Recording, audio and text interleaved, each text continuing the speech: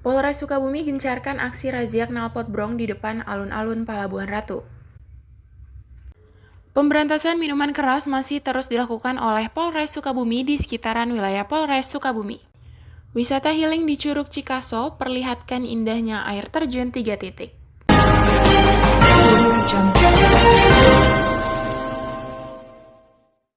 Selamat siang pemirsa, sederet berita hangat akan kami sajikan secara faktual. Kamis 13 April 2023 bersama saya Nabila Fitaloka. Inilah Warta Sukabumi selengkapnya.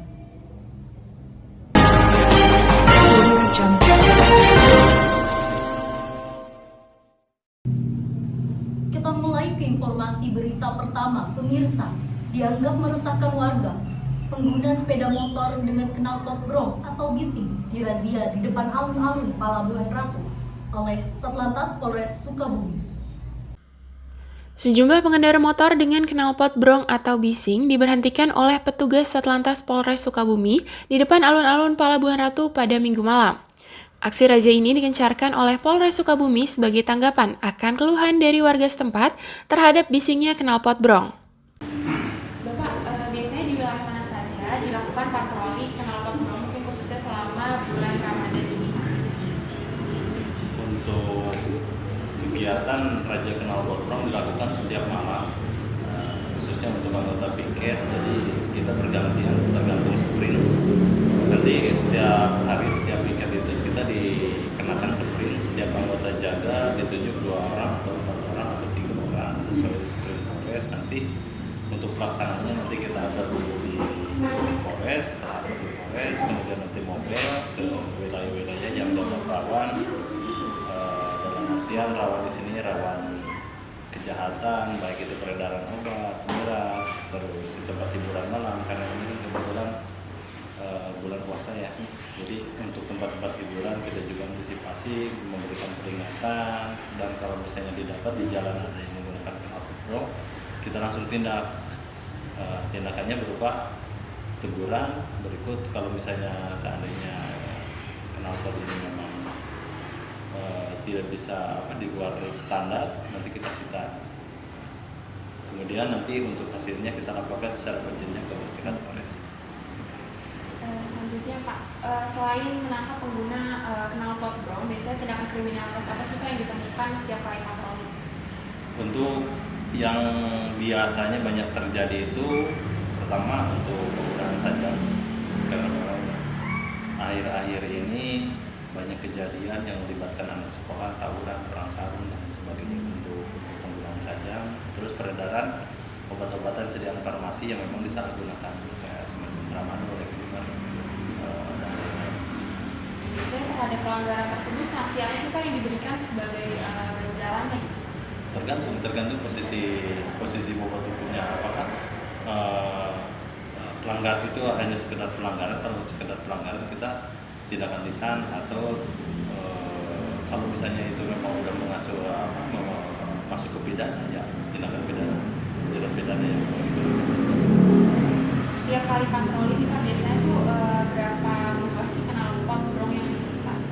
tergantung, karena sifatnya kan mobile ya.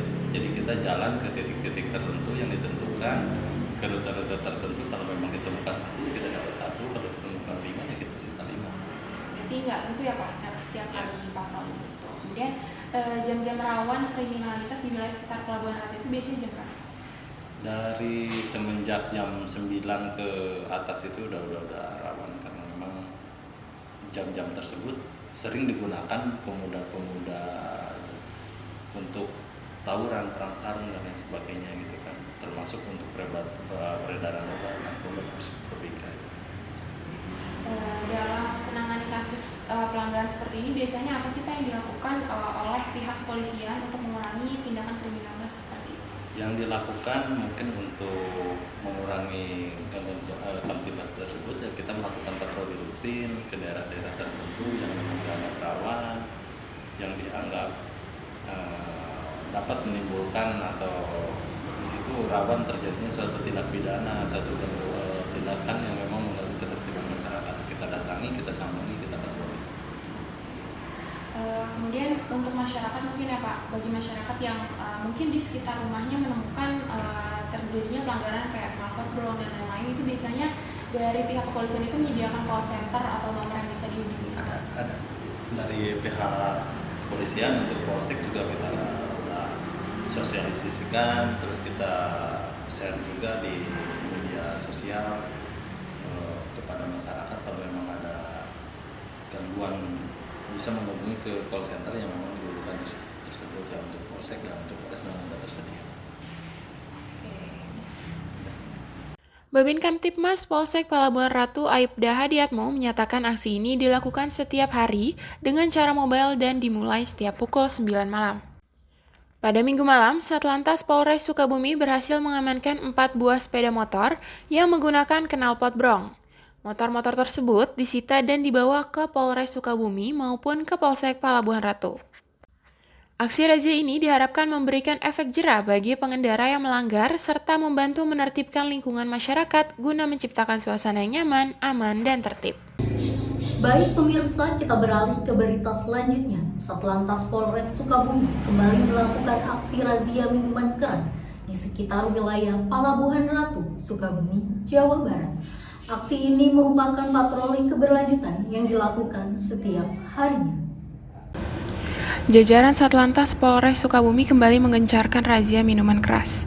Razia ini merupakan razia berkelanjutan setelah aksi pemusnahan barang sitaan minuman keras sebelum Ramadan tiba.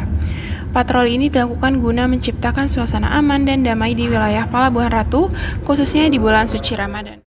Kasat Bimnas Polres Sukabumi AKP Jubaidi menyatakan bahwa sebelum masuk ke bulan suci Ramadan, razia ini juga sudah dilakukan. Sebanyak lebih dari 5.000 botol miras telah dimusnahkan. Meskipun sudah dilakukan razia dan pemusnahan, tidak dapat dipungkiri bahwa masih ada pelaku yang pandai bersembunyi. Ya, hari ini memang kita diperintahkan dalam rangka memberikan rasa aman dan nyaman kepada warga masyarakat. Sehubungan kita ini kan di bulan suci Ramadan ya, yang seharusnya memang terjaga kesuciannya, jangan sampai dikotori oleh orang-orang yang tidak bertanggung jawab. Maka kami, khususnya Polres Sukabumi dan jajaran, melaksanakan kegiatan antisipasi.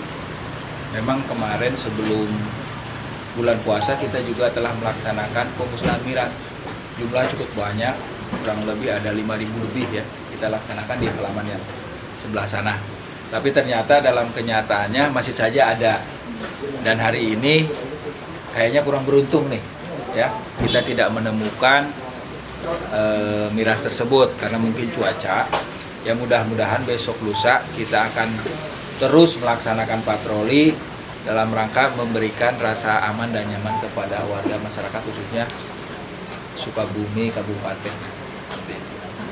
Kemudian untuk sanksi yang biasa diberikan kepada para pelaku seperti apa Pak bentuk sanksinya? Yang biasa kita laksanakan adalah penertiban. Yang pertama, kalau memang toh ditemukan ada orang yang melaksanakan tersebut, kita langsung amankan dan kita berita acara ya. Bisa juga kita berikan peringatan kalau itu memang sifatnya ringan. Tetapi kalau memang itu sifatnya berat, kita laksanakan sesuai dengan proses prosedural. Kita sidangkan yang disebut dengan tipiring, tindak pidana ringan. Untuk sanksi hukuman mungkin nanti bisa koordinasi dengan jaksa ataupun hakim yang menyidangkan.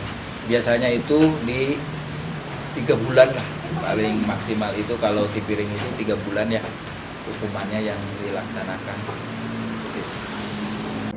Sanksi yang diberikan Polres kepada para pelaku sesuai dengan prosedur yang telah ditentukan. Pihak Satlantas yang berpatroli biasanya memberikan sanksi berupa teguran hingga berujung sidang yang disebut tipiri, yaitu tindak pidana ringan. Sukabumi tidak pernah kehabisan tempat wisata untuk dikunjungi.